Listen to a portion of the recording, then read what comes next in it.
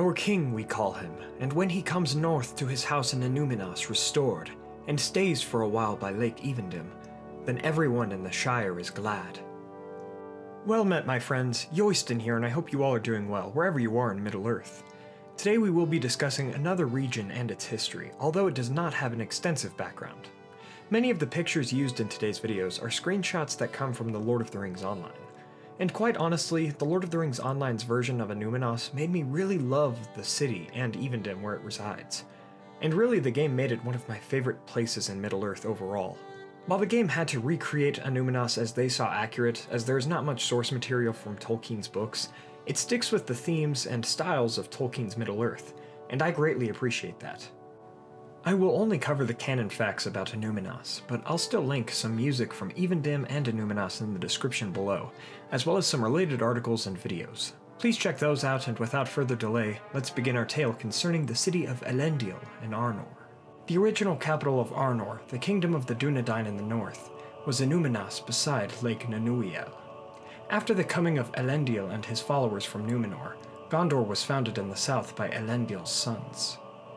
Annúminas does mirror Osgiliath in some ways, as both cities were originally the capitals of their respective kingdoms, and they were built next to large sources of water.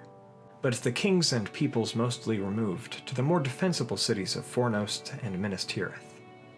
But in the north, where Elendil and his men landed, the kingdom of Arnor was established, and High King Elendil, who ruled both Arnor and Gondor, chose a piece of land south of renewal, or Lake Evendim, upon which to build his new city.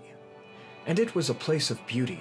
Even Galadriel and Celeborn and their following of elves had dwelt near Lake renewal for a time, before departing for Origien in 700 of the Second Age. And during the Second Age, some middlemen dwelt in the lands near the lake for a time also, as they met with the first Númenorians to sail to Middle-earth. Evendim was a Hobbitish name for dusk of the evening, which was placed in the literature and maps in the Third Age. But this name to the elves was Aduwiel in Sindarin, or Undomie in Quenya. The Barra-Anduin, or Brandywine River, had its source in Lake Evendim. And finally, Renewal means Lake of Twilight in Sindarin. Annúminas was built in 3320 of the Second Age, and its name means West Tower in Sindarin. Two relics were also placed in Annúminas. One relic was the Annúminas stone, the Palantíri, which would be used by the ruling king in Arnor to communicate with the other stones. The other relic was the Scepter of Annúminas, which had originally come from the city of Andunie in Númenor, where Elendil and the other faithful Númenorians had dwelt. This silver scepter was a symbol of the office of the Lords of Andunie, and it came to be the symbol of the kings of Arnor. However, in looking at the greater history of Arnor, Annúminas played a small role. After the death of Elendil at the hands of Sauron during the War of the Last Alliance, and after the disaster of the Gladden Fields and the death of Isildur by the orcs, the splendor of this northern city already began to diminish, and the population of Arnor would continue to dwindle through the Angmar War, until the Dunedain of the north became Rangers of the Wild. Elendil, son of Isildur, became the king of Arnor, and thus he ruled in Annúminas. While it is possible that Annúminas was abandoned by Eldacar, the son of Elendil, early in the Third Age, it seems more likely that when Arnor was splintered in 861 of the Third Age into the kingdoms of Arthedain, Cardolan, and Rudar, Annúminas was generally abandoned at that point. This means that Eärendil, the last king before Arnor was splintered, was likely the last king to rule in Annúminas until Aragorn, unless Annúminas was abandoned well before Eärendil. Either way, Annúminas was left behind sometime between 249 and 861 of the Third Age. The ruins of Annúminas belonged to Arthedain, and it is likely that some folk still dwelt there, but the kingship of Arthedain removed to Fornost, and the population of the northern kingdom continued to diminish, so Annúminas eventually fell into ruin and desertion. While the scepter of Annúminas continued to be passed down from king to king in Fornost, it's possible that the Annúminas stone stayed in Annúminas, or went to Fornost also. Eventually, however, as the North Kingdom fell, the scepter of Annúminas went to Elrond Half-Elven at Rivendell after the death of the last king of Arnor and Arthedain, Arvedui, and the Annúminas stone drowned with Arvedui in the Ice Bay of Forukel, never to be seen again. Even so, during the Battle of Fornost in 1975 of the Third Age, the host of the West came up over the hills of Evendim and met the forces of Angmar on the fields between Nenúiel and Fornost. And so, after the fall of the North Kingdom, Annúminas remained deserted and in ruins throughout the rest of the Third Age. But it's probable that the Dunedain Rangers kept some watch over their ancient city, and that their love for Annúminas continued through the end of the age. Near the end of the age, Sauron met his end, and Aragorn was crowned as King Elessar in 3019 of the Third Age. But by that time, Annúminas had remained in ruins for over 2,000 years at least. However, Aragorn, the greatest descendant of Elendil, saw the city of his ancestor rebuilt, for he was the High King of both Gondor and Arnor.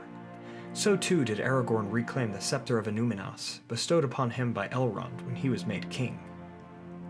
Thus, when Aragorn visited the north and his friends in the Shire, he abided by his own law that said no man should enter the Shire, so he stayed in Annúminas, his house, sometimes with his friends among the hobbits that would meet him upon the Brandywine Bridge and go north with him.